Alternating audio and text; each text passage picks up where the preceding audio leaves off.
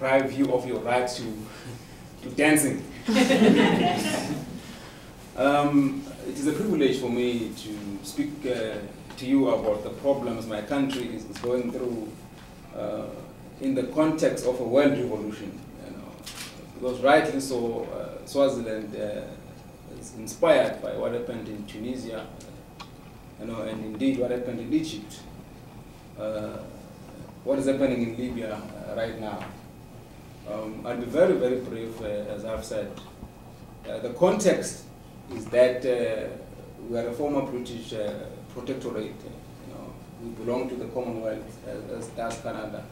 And I'm happy to be speaking in Canada for that reason, and also that Canada, you know, I'm told, played a fundamental role in the crafting of a document that continues to inspire humanity in the struggle for human rights. You know, the crafting of the Universal Declaration of Human Rights was influenced by the Canadian, I'm told, and therefore we've got those links. We in Africa indeed do believe that humanity is just one people. It doesn't matter where you come from. And when we speak of dignity, we in Africa speak about Ubuntu, which is meant to say that humanism. And we often say that I'm who I am because of you, and therefore we are somehow connected and interrelated. Let me say that when the British left in 1968, we thought that as a people we were free to take charge of our own destiny as a people.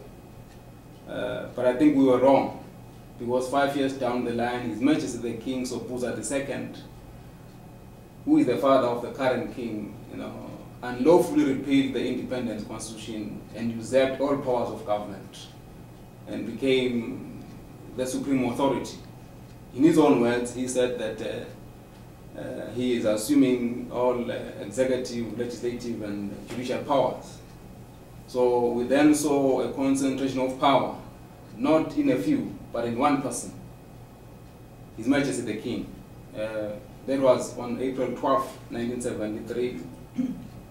Just to make a quick link, Alexis, as we speak right now, Swaziland is going through a revolution because a group through Facebook came together to spearhead a program called the April 12 Uprising, inspired indeed by Tunisia and Egypt, to say, look, it's time for change in Swaziland.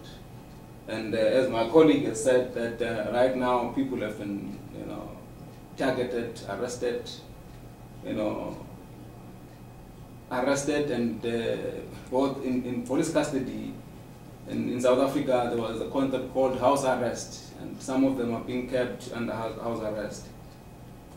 This April 12th uprising has been meant to continue starting today, tomorrow, and the 14th. It is supported by the broader democratic movement in Swaziland, which includes labor unions, political parties, some church groups, the youth, and of course, women's movement in Swaziland, who feel that the country cannot continue to be governed by a dictatorship, as it were.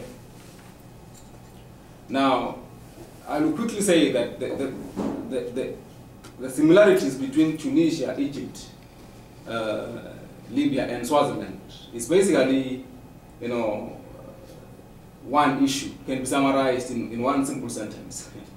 That when you have got regimes which do not respect what has been referred to as the rule of law, what you have is dictatorship. And I think the people of Tunisia and people of Egypt, after years of oppression, you know, after years of being deprived of the right to organize politically in the form of political parties, after years of the media being, you know,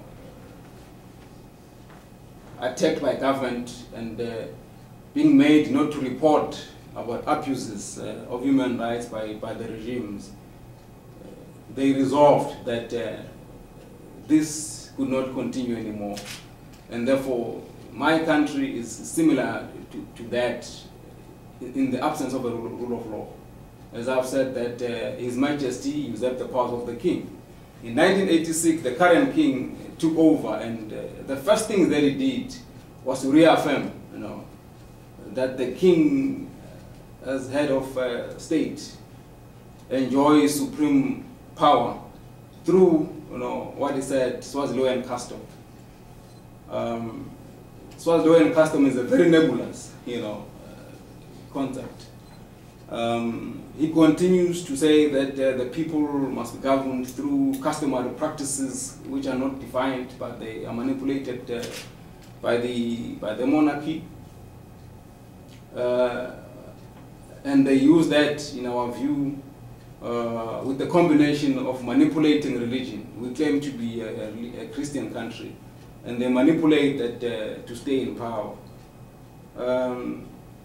This king then, after taking power in 1986, engaged into some kind of a cosmetic process to move the country toward the democratic era, which culminated in 2005 of the adoption of a new constitution. And I must say, in that context, we feel that we have been betrayed by members of the world community, because the Commonwealth, as an institution, was very instrumental in supporting that process, even though it was not intrusive.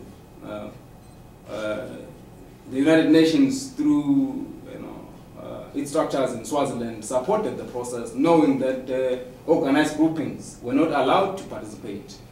The king believes that people can participate in governance through the concept of individual merit. I'm sure colleagues have been following the Museveni regime in Uganda.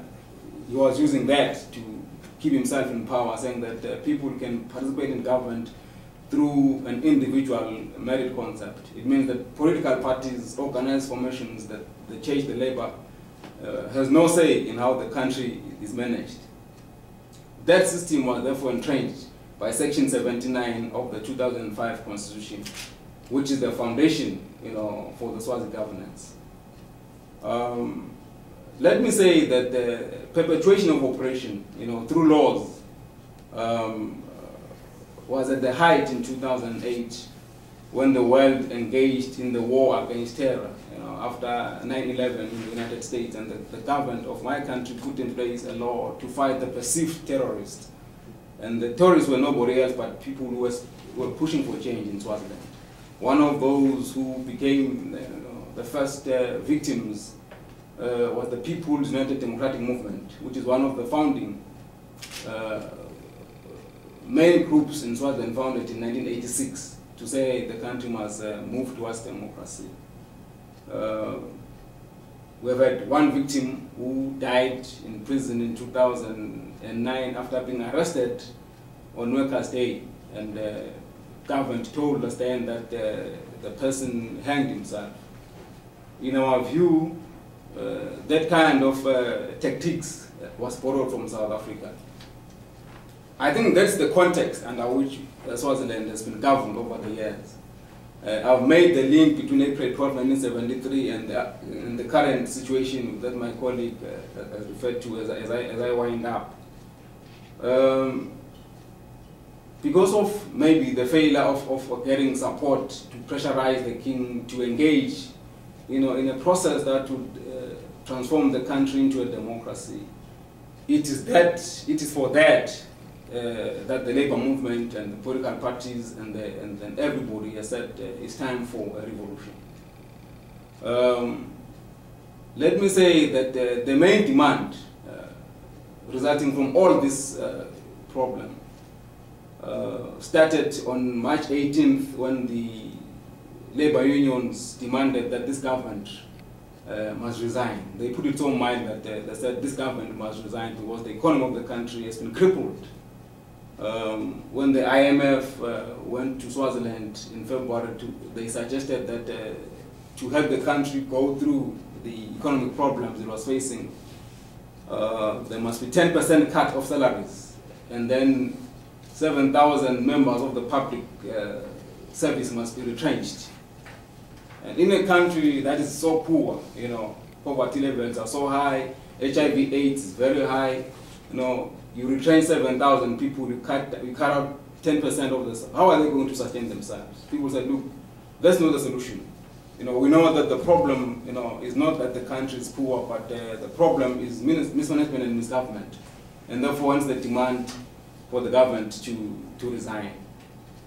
Obviously, when you're dealing with the dictatorship, you have to push, and push very hard. The Prime Minister, who is very unpopular, said they're not going to go anywhere. That meant that the democracy movement had to engage in another strategy. They assembled and said that the next level to go to is to call for a multi-party kind of government where the people can take charge of the destiny of the country and must be allowed to form a government. That is where we are today in Swaziland. People are saying it's time for change. And the demands that have made is that this government must go. The monarchy must be transformed from a supreme authority into a situation where the powers of the monarchy are defined by law and limited, as it were, under democratic dispensation. They say that all laws which are in the statute books, which are draconian and oppressive, must be removed so we can engage in a democratic process that will give birth to a democratic constitution.